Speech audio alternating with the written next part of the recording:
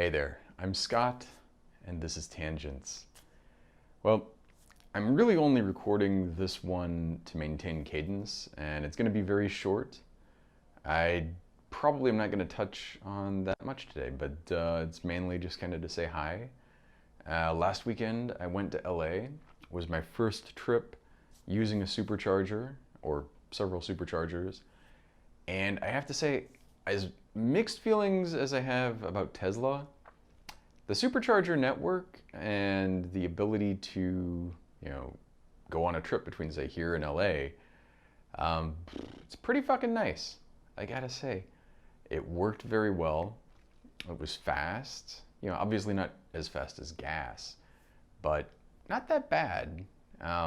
If you were in a bleeding hurry, you probably don't want to be driving anyway, but it wasn't that terrible. And just generally speaking, I can't complain about it. The prediction of what the charge level would be when I got to the supercharger was very reliable. I had preemptive range anxiety before we left, just kind of thinking about it. And I basically completed the thing without incident. One thing that did happen though is I had the battery fully charged. I was heading over downtown to pick up my partner, actually stay over at their house, and then leave in the morning on my birthday, incidentally. I'm driving like 5 minutes away from my house on Lindsay Road and got rear-ended. And the traffic in front of me just stopped. And this woman behind me kind of like slammed on her brakes, swerved a little bit, and slammed into me.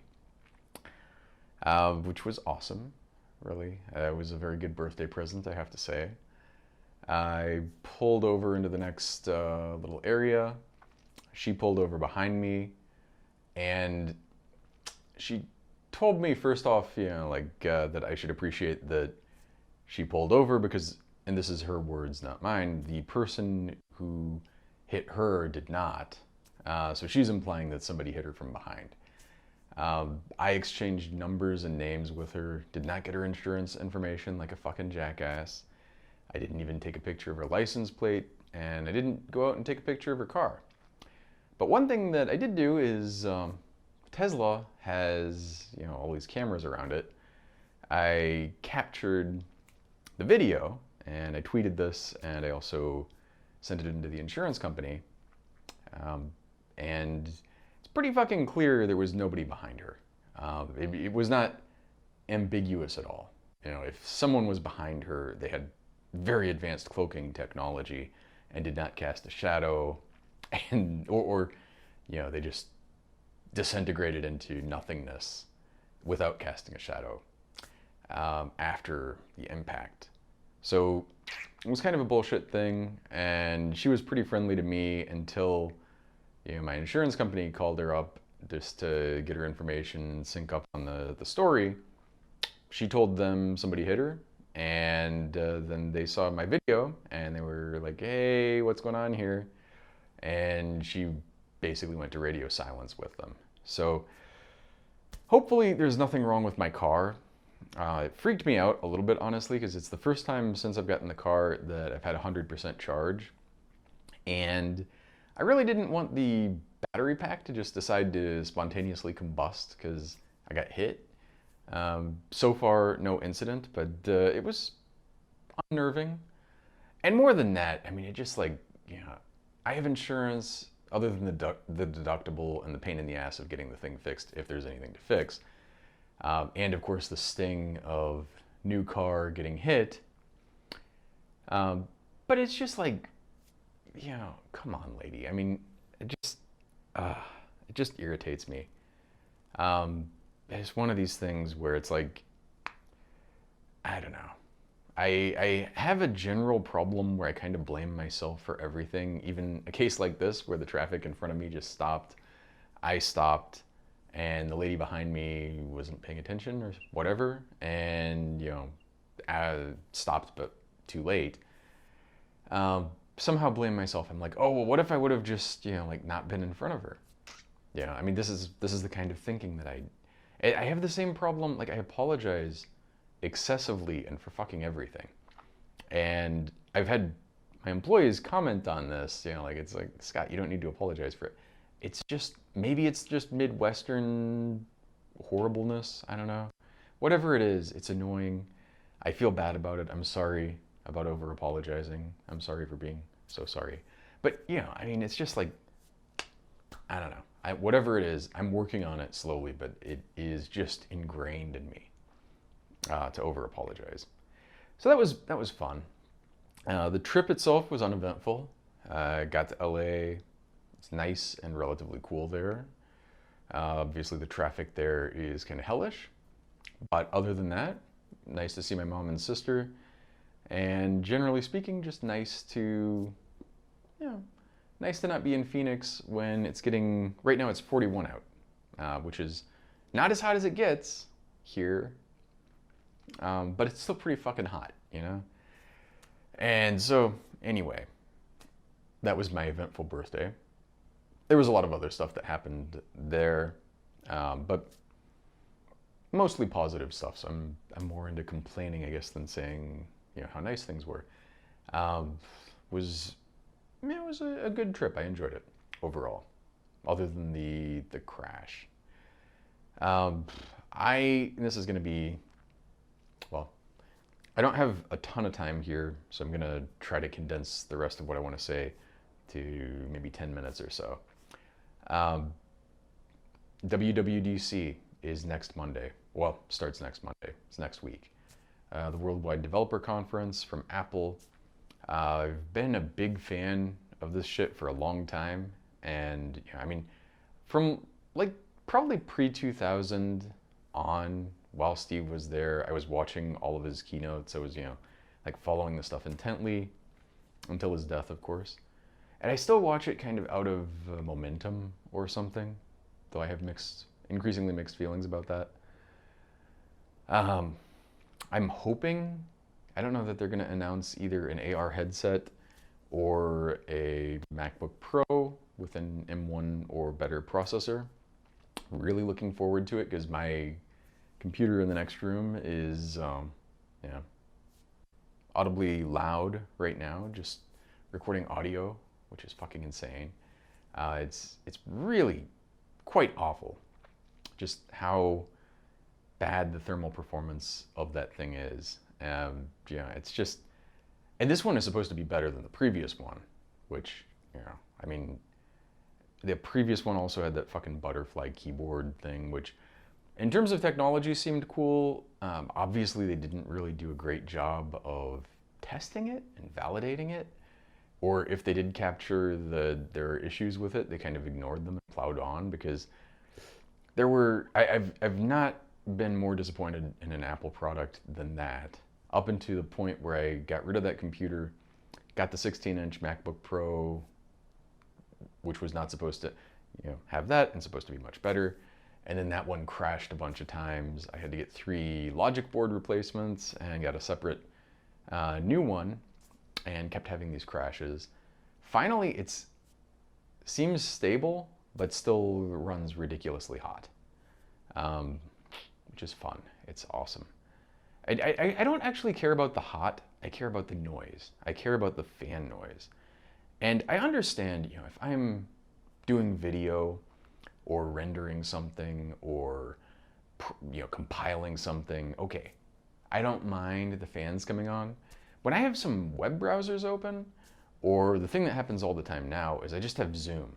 Just fucking Zoom. Nothing more than Zoom running. I mean, like Safari and some stuff, but nothing processor intensive really, or nothing that should be. And the fucking thing is like full speed with the fans. It's just annoying. So anyway, I guess we'll see what they announce there. See how that goes. The thing that I really wanted to touch on is, I feel stupid for this. I'm someone who has never really had a phone case. I've never liked them. I know it's irrational and dumb, frankly, but just have never wanted one or really desired one at all. and I'm usually pretty good at it. And yet, yesterday, I was walking and in a call, actually, a Zoom call, and looking at my phone, and I don't know what happened, but it just flipped out of my hand, landed right in the corner on not the sidewalk, the street actually, and cracked brilliantly. Apparently, I didn't have Apple Care on it. I remember distinctly, like, I know what happened actually. I was gonna sign up for it, didn't sign up for it when I got it, and then did not do it later on. I just forgot about it. So it would have been like $270 to replace the glass. And I sat there and went in. I scheduled a Genius Bar appointment for that. The woman explained to me, this is the deal. And then it was like, well, is there a trade-in value?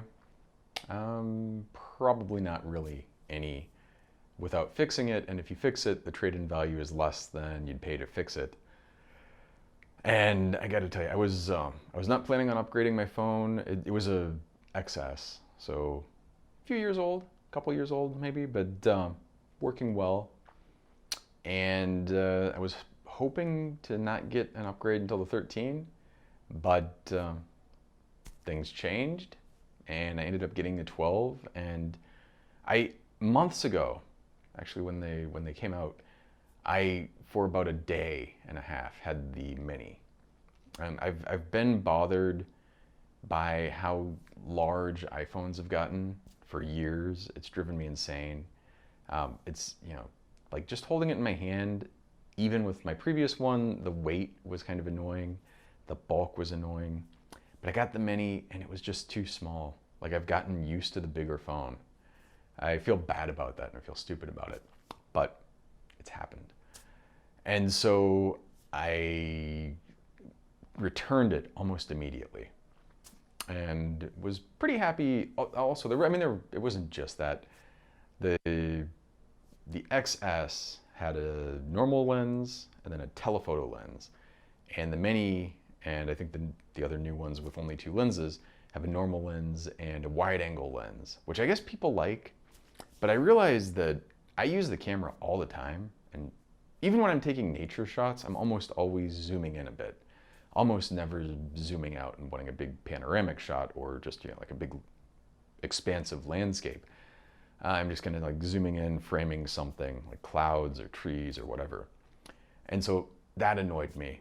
The size annoyed me. Even with the font that I use, which is pretty small, there's just not enough there. I returned it and was planning again, wait till the 13 comes out. So yesterday, did the Genius Bar. They said, eh. And I ended up getting a 12 Pro Max, which I hate to say, I'm apparently a convert to the giant phones because, and in fact, I think maybe I was wrong. I still think I'm not wrong about the phone being too big to, like, I cannot hit the top left corner, even of the XS, with my thumb. The 12 Pro Max definitely cannot do that. And it's uncomfortable. It definitely, like, maybe it just means I have super weak wrists, but it hurts my hand still, the weight, the bulk of it. But the space, the display, all of this kind of stuff, it's pretty awesome. I actually like it a lot. I feel bad about liking it, and I feel like this is about as big of an admission that I was totally wrong about something as you're gonna get. So I still feel like, it's not my favorite thing to have the giant phone, but I think it's much better than I thought, and I like it a lot more than I thought. Definitely don't feel compelled to want to return it. It's kind of annoying, actually. So got that. The reason that I even bring this up, I normally would just upgrade and not mention it, but I'm in there, and the Apple Store employees, I don't know if they've gone to a commission basis or what they're doing differently now, but they used to be like kind of knowledgeable and not ridiculously pushy. And I was kind of blown away yesterday by both how pushy they were, and also it's not just that they weren't very knowledgeable, because there were several things. So I interacted with 3 different employees. The one at the Genius Bar, and then the one who was originally doing the phone, and then that guy pushed me to some other guy who was like a photographer who was, like pushing the 12 Pro Max, and, like how awesome the camera is. And I'm sitting there, I'm talking to all of them, and all of them had just basic gaps in knowledge about these phones. Like I'm not an Apple employee, but I seem to know a little bit more about them than they did, and I consider this to be not great, not ideal. The thing that I was talking about that really took me aback was, I asked about the image sensor in the 12 Pro versus the 12 Pro Max. Is the camera different? I know the camera is different, incidentally. The image sensor in the Pro Max is actually built on something where the sensor itself is able to shift. I think they call it image shift or whatever the fuck they call it, but it is. And both of these guys are telling me, and not just wrong, not just not knowing something, but super confident and cocky. Oh yeah, the cameras are exactly the same. And I guess if you consider the camera to be the optics, maybe mostly, although even then I don't think it's true. But the sensors are definitely not the same. And it was just like, it was really staggering and annoying, pushy, cocky, and uninformed about basic shit. And not just uninformed, but very confidently wrong about basic shit. And I know Apple's never been perfect. There have always been issues, but they used to have a lot of things that were good. And I don't think this is just a nostalgia kind of thing. Like, back when Steve was around, it was so much better. But I mean, it's just like, what are you guys doing there? Like, I just, maybe this is because of the pandemic. Maybe they're having trouble getting people and they're just hiring, or maybe they're, I don't know. Maybe they still don't have sales commission directly, but they must have some kind of metrics or something that effectively are a commission. They have these guys that, it's kind of funny. In Arizona, it's illegal to pay people per signature. If you're collecting for petitions, you can't pay somebody, $1 a signature or whatever. You collect a signature, we pay you $1. You can't do that. Totally illegal. But what you can do is pay them $12 an hour and have a metric in place that says you have to collect X signatures per hour, which is effectively paying them per signature, but you're still not doing it technically on paper. So I feel like this is maybe like, okay, maybe they don't have a commission, but they have some kind of metric or they have something in place that effectively works like a commission. Whatever it was, the woman who was at the Genius Bar was very much pushing for a new phone. The 2 guys were super pushy for the new phone and just did not know basic stuff about the phone that they were selling. And it was just like, nah. So anyway, I don't need to blather on too much more about that. I think that's plenty. That's about it for me today. I'll certainly talk about something that gets announced at WWDC, at least in the new version of iOS. In this new phone, I was gonna not have the beta software. I always feel like I'm punishing myself by having the beta stuff. I'm like telling myself, okay, I'm not gonna do the beta, just gonna do the production release version of iOS. As soon as I go to update my phone, it's like, well, you have these iCloud backups, but they're for the next version of iOS, and we can't back up, or we can't restore from those because we're the previous version of iOS. So I ended up, within like an hour of having the phone, I had already updated it to the beta. Updated with air quotes. There's something wrong with me. I just I can't make things easy on myself in that way. It's just, yeah. But we'll see. Hopefully something magical comes out with iOS. Not optimistic about that. I really feel like there's an opportunity now for somebody to come out with something. Like, I think there's a niche that Apple used to fill that no longer is being filled by them. Other than, like, people still kind of feel like it. And don't get me wrong, Apple does a lot of really cool engineering, a lot of attention to detail with their stuff. They have a lot of cool stuff, but they're slipping, in a lot of ways. And there's room opening up for somebody to come in. Probably not for like computers or phones per se, but I always think of, like Snap, the company that makes Snapchat, or formerly known as Snapchat. They're working a lot on AR.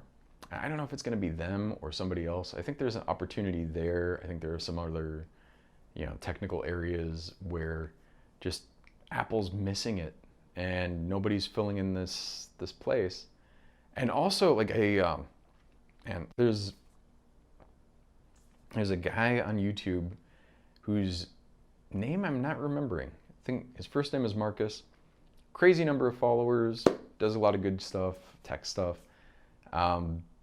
He's been doing some episodes that were interviews with CEOs.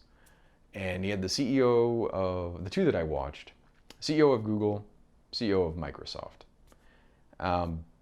Both of these dudes are sitting there, and I mean, it was kind of surreal because they're obviously both very seriously, severely informed by Steve Jobs.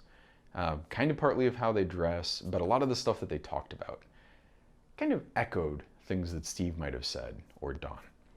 But then you look at their products, and even, I mean, they're talking about like how they feel about their products and how like even things like, design is not just on the surface, it's kind of, like goes all the way through.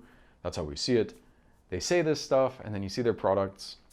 I had a Microsoft Surface Book until literally today because I sent it to one of our employees because she needed a computer, and at the moment she's half-time, and we're getting her a computer in a month when she goes full-time, but for the moment, just doesn't have one other than her personal one. So that Surface Book, which is Microsoft's flagship device, I got it when my MacBook Pro was crashing continuously. And I was seriously thinking, like, maybe the Surface Book is going to be like the time, maybe this is when I go back to Windows. And I got this thing, and it is a fucking raging piece of shit. Like, holy shit, it's bad. Has a couple of things that are nice features, but the way it's built, the construction, the operating system, so many things about it, just garbage. And as much as I'm shitting on Apple here, Apple makes them look like just trash in comparison. And then Google, I mean, don't even fucking talk. Google copying iOS and all this stuff with Android. And I've used, I can't even think of what they're called. The notebook that Google makes. I've used a lot of their stuff. Not really. Like, they're talking the talk, kind of. And if you listened to them and you thought that they were serious and correct, you might think that they were doing a good job, but you see their shit and it's just junk. Just such garbage. And anyway, it was funny to me how both of these guys, and it's not just them, it's like there's a proliferation of people who think that they're Steve Jobs, and they've attached like a cargo cult sort of thing. They've taken certain attributes of the dude, and they look kind of like the guy, like where they're dressed kind of similar, and they're saying things that sound like Steve Jobs, and yet definitely not Steve fucking Jobs. Yeah, it's just it's a thing. It's an interesting thing. It makes me almost want to steer in a different direction personally. Just, not because I don't respect and admire some of the things that he did, but because you don't want to be somebody doing the same shit that everybody else is doing. And I do think still there's a lot of room to distinguish yourself because they're doing garbage, just crap work, despite what they say. But still, you probably just want to work on something else or find a different angle or something, because it's just like, ugh. So with that, we'll see how WWDC goes. And I could go off on Tim Cook for a while. Don't want to do that right now because I am much later than I was thinking. With that, thank you very much, as always, and 再见.